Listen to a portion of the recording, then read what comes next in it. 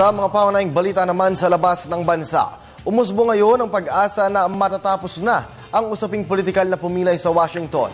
Ito ay matapos ang konstruktibong pag-uusap sa pagitan ni President Barack Obama at mga pangunahing leader ng Republicans. At hari naman ng Morocco na si King Mohammed VI, nagtalaga ng bagong Islamist government. Ito ang tumapos sa mahabang krisis na idinulot ng pagtiwalag ng mga pangunahing coalition partner. Ilang kababaihan din ang naupo sa gabinete ng Morocco. Ito ang mga globalita ni Edwin Eusebio. Nagkaroon ng pag-asa ngayon na matatapos na ang political impasse na pumilay sa Washington. Kasunod dito ng masinsinang pag-uusap sa pagitan ni President Barack Obama at mga pangunahing Republicans.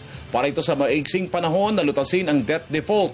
Matapos ang ilang araw ng deadlock o di pagkakasundo, ipinanukala ng mga Republicans ang 6 na linggong pagpapalawig sa US borrowing.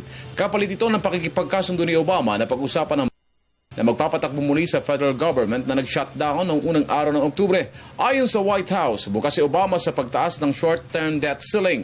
Nais ni Obama na ipasa ng Republicans ang pansamantalang budget. Ito ay para muling magbukas ang US government at makabalik na ang libu-libong mga federal workers sa kanilang mga tungkulin. Natapos na ang ilang buwan na krisis politikal sa Morocco. Kasunod dito ng pagtatalaga ng bagong pamahalaan ng hari ng naturang bansa na si King Mohammed VI. Kinumpirma ng Justice Minister ng Morocco, Mustafa Ramid, ang pagtatalaga ng bagong gobyerno.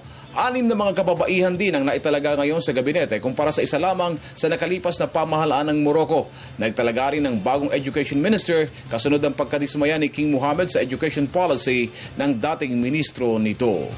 Para sa Telebisyon ng Bayan, Edwin Eusebio.